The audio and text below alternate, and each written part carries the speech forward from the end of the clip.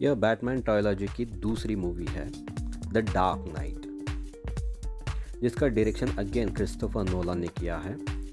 इस मूवी में Bruce Wayne यानी बैटमैन का किरदार अगेन क्रिश्चियन बेल, जोकर का किरदार हीथ लेजर, गॉर्डन का किरदार गैरी ओल्डमैन, हार्वी डेंट बने हैं एरॉन एकार्ट, रेचल डॉज बनी है मैगी गैलेनहॉल।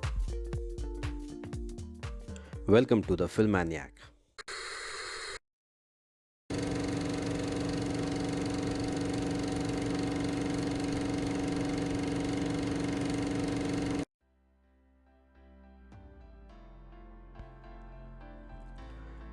पुलिस वाले को मारने के बाद सन के जोकर ने बैटमैन को उसे सौंपने की अपील पब्लिक से की। हार्वी डेंट प्रेस कॉन्फ्रेंस में बैटमैन को जोकर को सरेंडर नहीं करना चाहिए ऐसा बोलते ही लोग भड़के और कहा बैटमैन को सरेंडर होना चाहिए।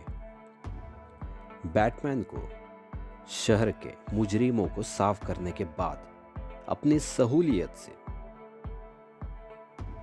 जोकर की मांग पर उसे सौंपने को बोलना यह स्वार्थ है और हमें यानी गोथम के शहरवासियों को यह बात नहीं करनी चाहिए। यह अपील हार्वी डेंट ने पब्लिक से की। अपनी बात को सही ठहराते हुए उसने यह कहा कि सुबह होने से पहले रात सबसे अंधियारी होती है। यह हार्वी डेंट के मैच्योर विचारों से हम अनुभव कर सकते हैं कि पैनिक होने पर हम हमेशा ऐसे डिसीजन लेते हैं जिससे गलतियों की संभावना और बढ़ जाती है, हम और संकट में फंस जाते हैं। ऐसे वक्त संयम से स्थिति पे नियंत्रण पाके उस पे जीत हासिल की जा सकती है।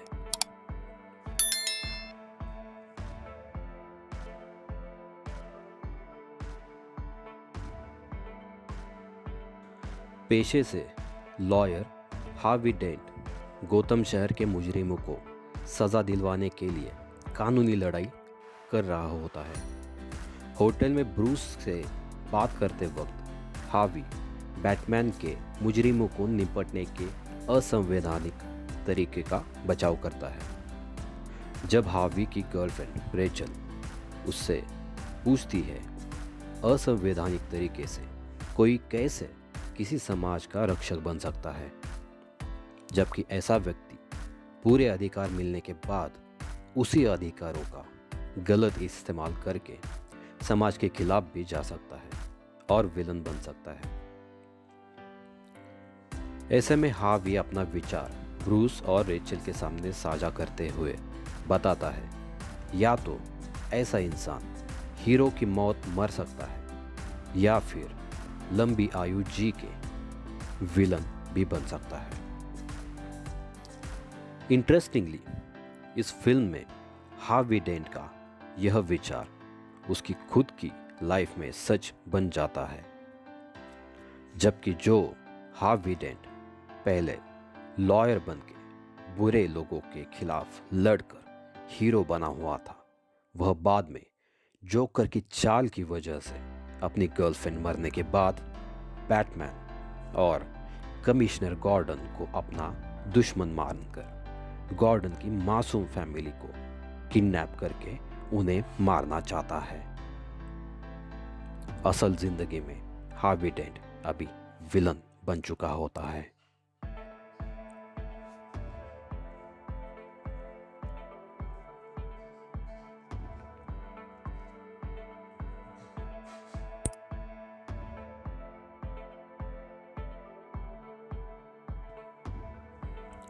इस फिल्म में जोकर को जितना सनकी दिखाया है उतना ही वह शातिर और तेज है।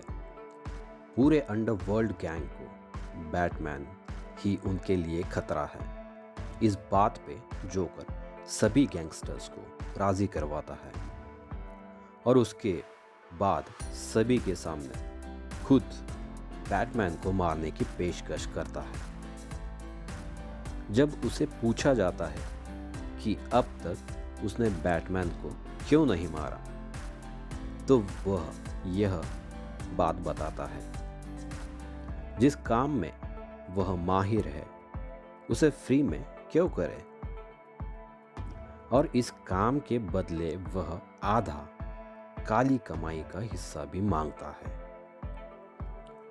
चालाक बिजनेसमैन की तरह डिमांड सप्लाई का खेल जोकर बड़ी खूबी से करता है। पहले तो अपने आप को एक वैल्यू एसेट की तरह पेश करो, लोगों को उनकी समस्या का एहसास करा के उन्हें उसका समाधान का महत्व बताओ, और उसके बाद अपने आप को सबके सामने ऐसे पेश करो जैसे कि वह खुद ही इकलौता समाधान निकाल सकता है सबकी परेशानियों का।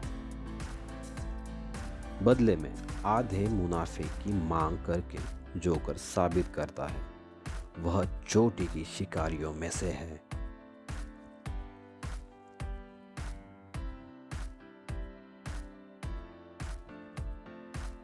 इस फिल्म में हार्वी डेंट शुरुआत में एक नेक इंसान होने के बावजूद जोकर की शातिर चाल से अब एक विलन बन चुका होता है। कमिश्नर गॉर्डन की फैमिली को अगवा करके गॉर्डन के बेटे को वो अब मारना चाहता है, लेकिन बैटमैन से मुठभेड़ होने के बाद हार्वी डेंट मर जाता है। अब बैटमैन और गॉर्डन के सामने दो विकल्प बचते हैं।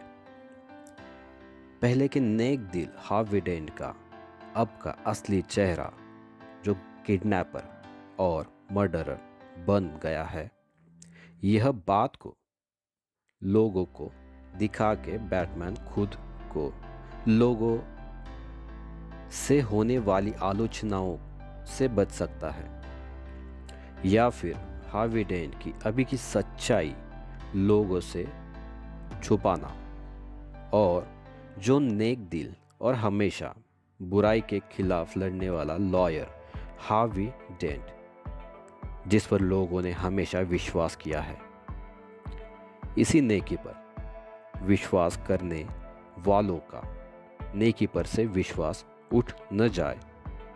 इसी कारण हार्वी डेंट की अभी की सच्चाई को छुपाना, यह विकल्प भी बैटमैन और गॉर्डन के पास अभी है। बैटमैन दूसरा विकल्प चुनता है। वह खुद विलन बन के हार्वी डेंट को लोगों की नज़रों में हीरो बनाता है।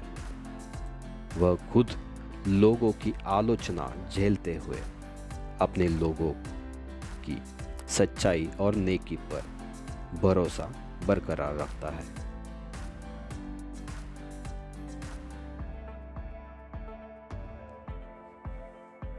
शातिर साइकोलॉजिकल ट्रैप लगाकर जोकर ने हार्वी डेंट की गर्लफ्रेंड को इस तरीके से मारा जैसे कि उसे बैटमैन ने मारा है, ऐसा दिखे। इसी का आधार लेके जोकर अपना सबसे तेज हथियार माइंड गेम्स हार्वी डेंट के साथ खेलता है।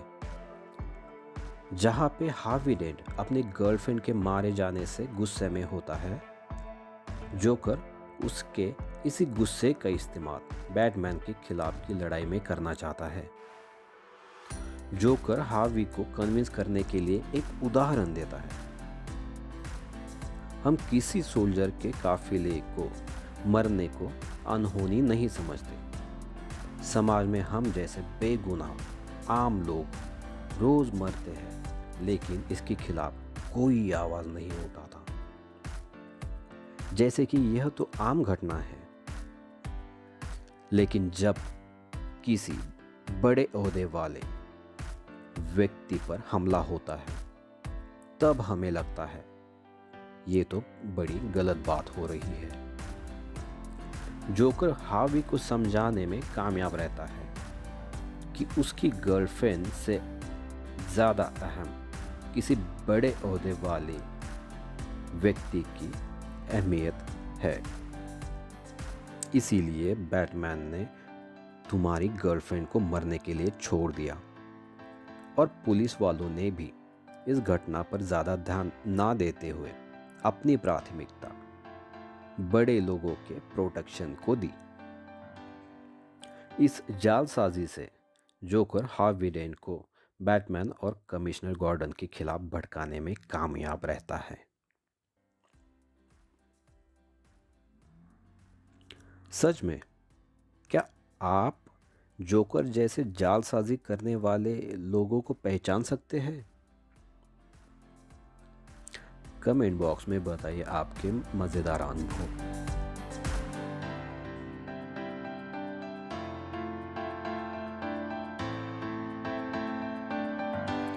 और हाँ, ऐसे ही मज़ेदार वीडियोस देखने के लिए सब्सक्राइब करिए फिल्मैनिया।